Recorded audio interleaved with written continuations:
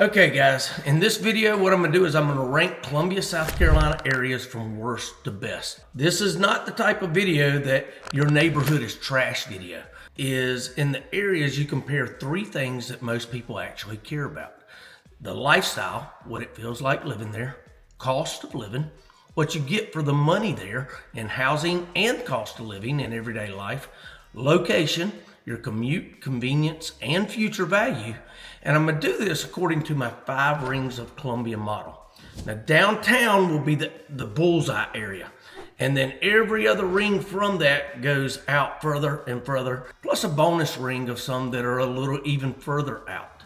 Now, I've shown homes in basically every pocket of this city. I don't just read about these places, I drive them. So here's the deal. If you're moving here to Columbia, this video could possibly save you time, money, and regret. Now,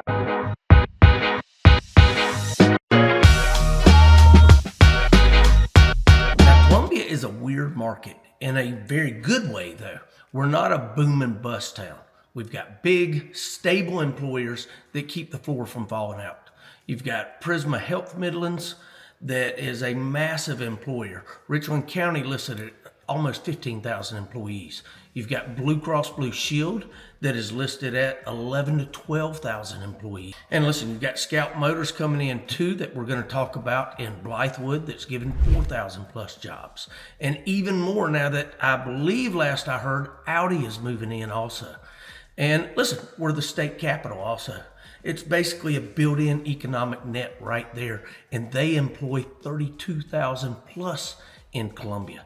Now, in my real world client experience, not many people choose downtown at all. Everybody chooses the suburban rings over downtown. Like, it's not even close. So today what I'm gonna do is I'm gonna rank these areas from worst to best using this map. And yes, what we're gonna do is we're gonna start at the bottom, climbing to the top. So I'm gonna rank it best from the worst to the best according to the internet.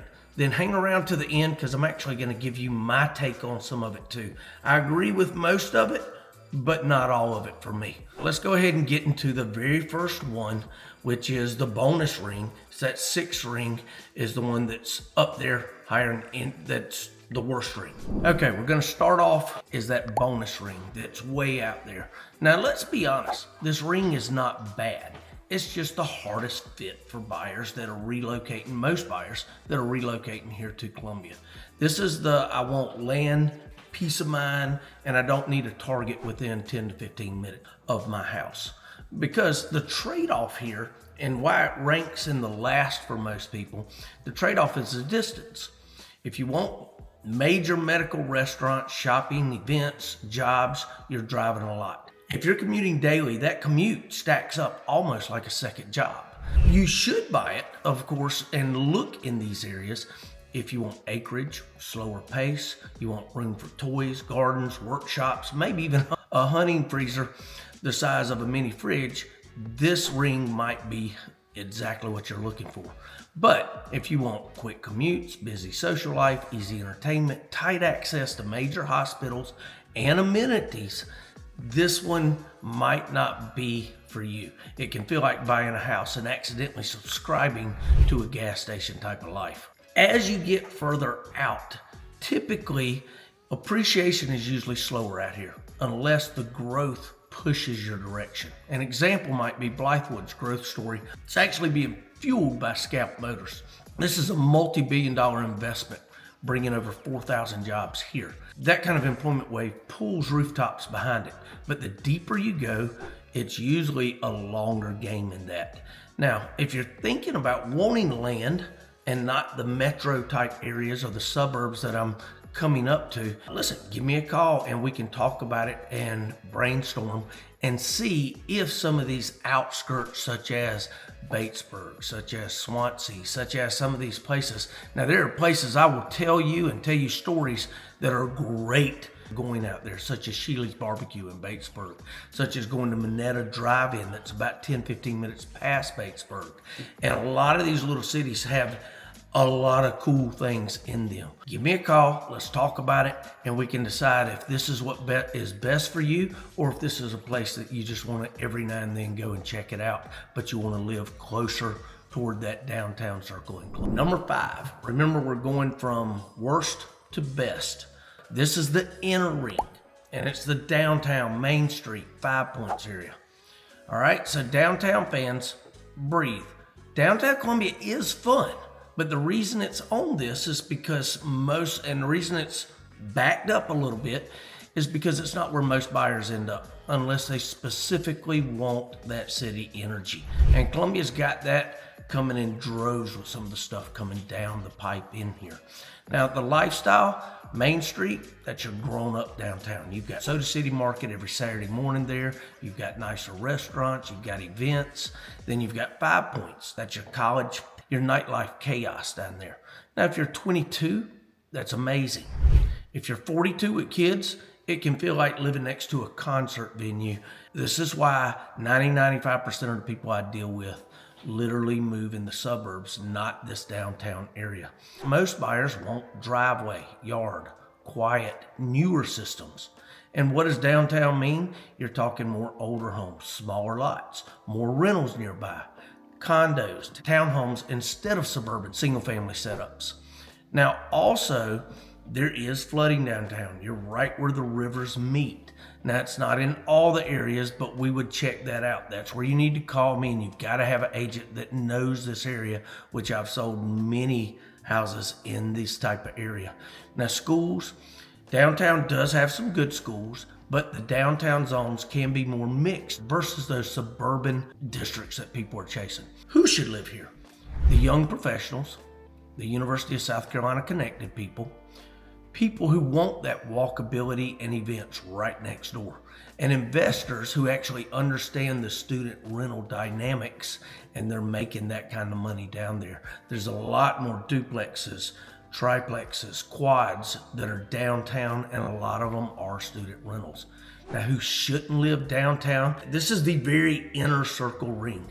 If you want quiet, big yards, top suburban schools, and you want easy parking, downtown will definitely test your patience. This is not where you should be, especially that we've got some of the smallest commutes from some of our best suburbs in the entire nation. I mean, our average commute to downtown Columbia is 15 to 20 minutes from anywhere, from most places. It is more in certain spots. It's not that bad. And that is why 90 to 95% of everybody that I deal with are in the suburbs, not downtown. Okay, number 4 on the list. It's that outer ring. It's the 5th ring, the one right before those bonus rings I was talking about.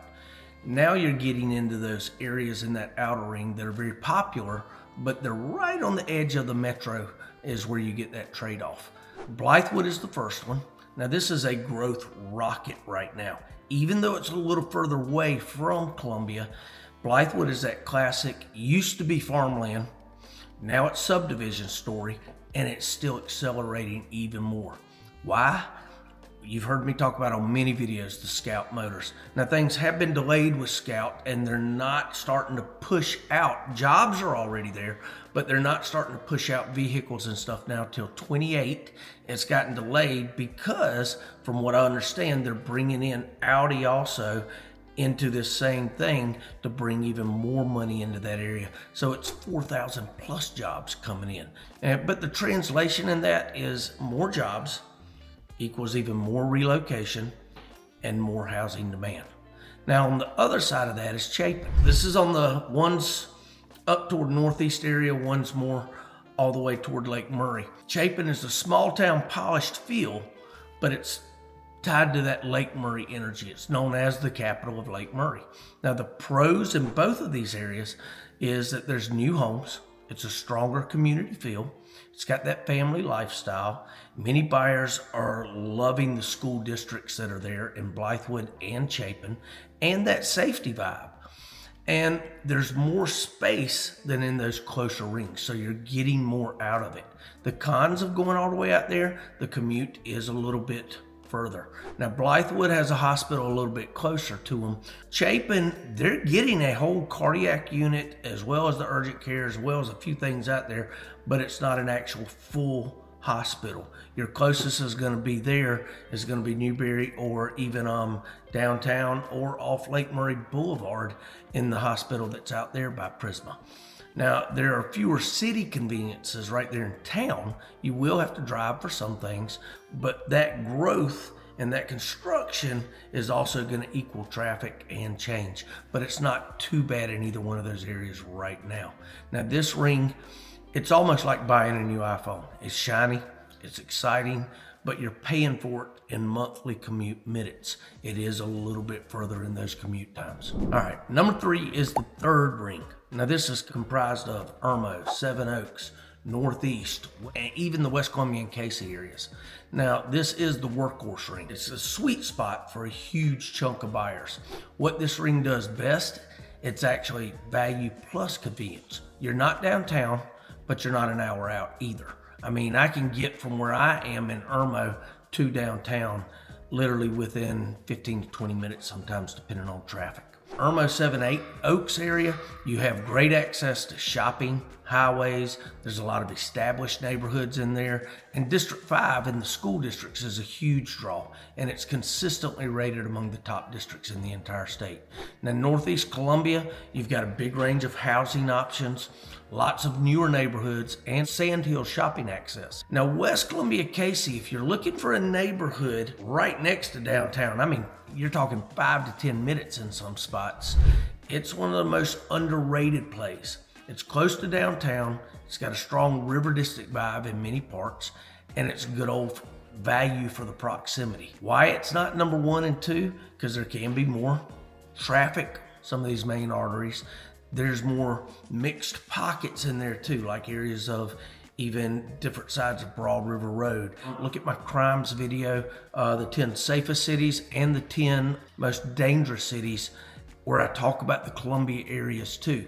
I mean, I grew up in West Columbia, but it has more pockets of crime versus even other areas that are there. There's more competition as far as new construction in a lot of these areas, but it's practical for buyers. So this ring hits hard in that area. Now, number 2 on the list is actually the 4th ring coming down, is that Lexington Lake Murray area. It is one of the most popular areas. It is the safest city in the entire state right now, and it's evolved from a suburb into its own gravity well.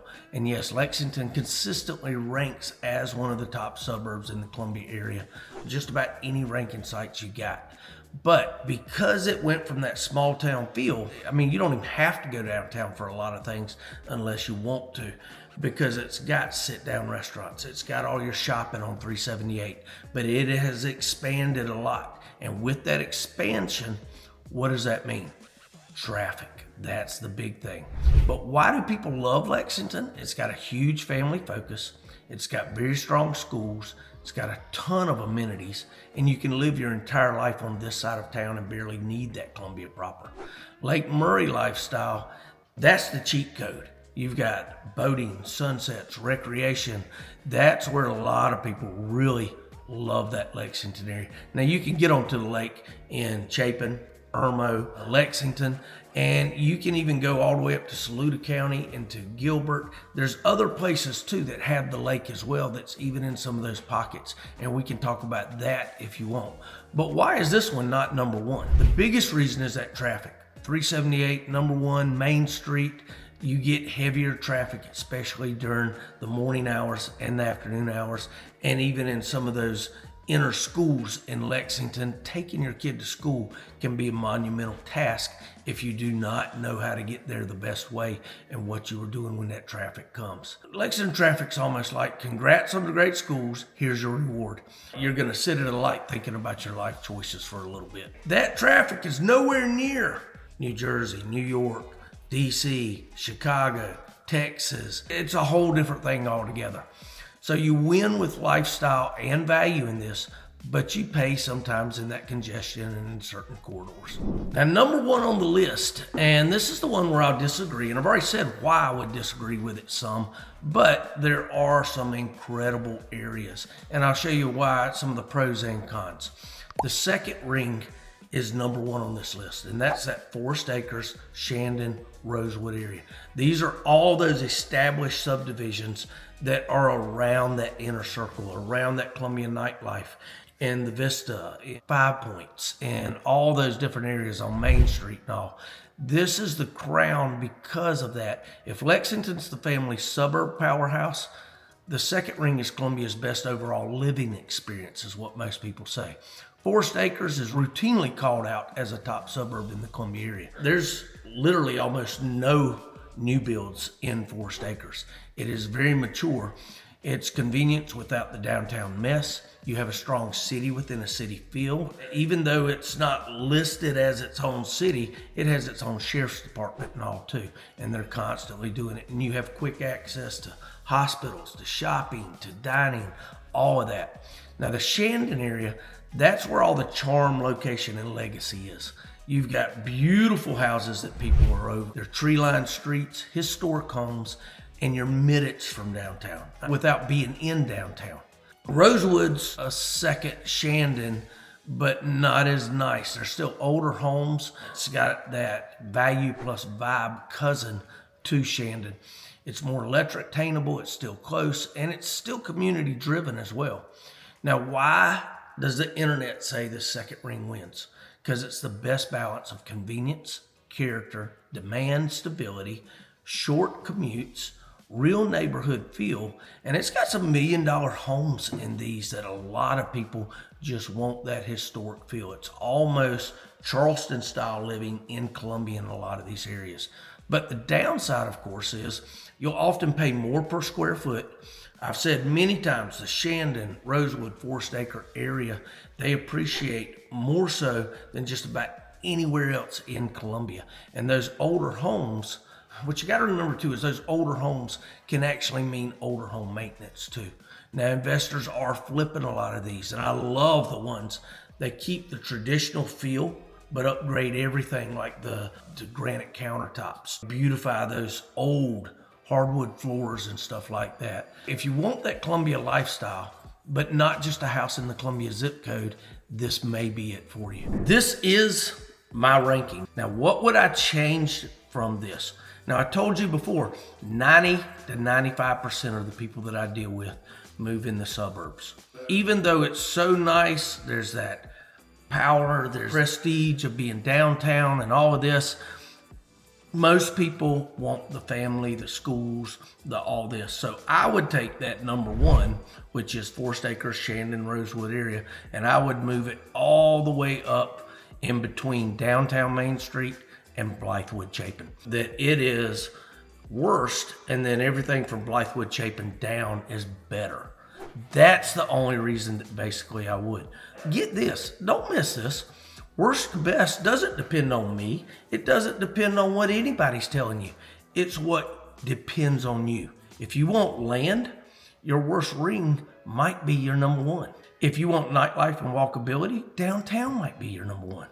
But if you're relocating and you want the safest bet for lifestyle, value, and location, this list may help keep you from making a move that you regret. Because I do have people that they move here, they're just talking about the house, then they realize they made a mistake on the location. Get you an agent. I would love to do it. Get you an agent that can tell you about these areas so that you're not ending up moving again in a year, even within Columbia, where you lose some value in your home, where you lose some of that appreciation, some of that equity in your home because you had to do it so quick. Now, if you got value from this video, go ahead and hit that subscribe button, hit that notification bell. I drop Columbia-specific breakdowns every single week just like this. Neighborhoods, market shifts, builder incentives, all of it. Here's what I want in the comments. I want this one to be a high comment video if possible. All the locals, get on there. What area did I rank too low for you? What area did I rank too high? And if you're moving here, give me a call. Tell me what your budget is. What are the high things that you need? What's priority list for you? And I'll point you to the right ring and help you with that. And listen, if you want help buying or selling in Columbia, book a call with me. My link's in the description. It's on the banner. The Zoom call is the best way to go so that I can talk to you face to face. I can get to know you, and we can set up a search, set up a plan in how to get you here. And I'll see you guys in the next one.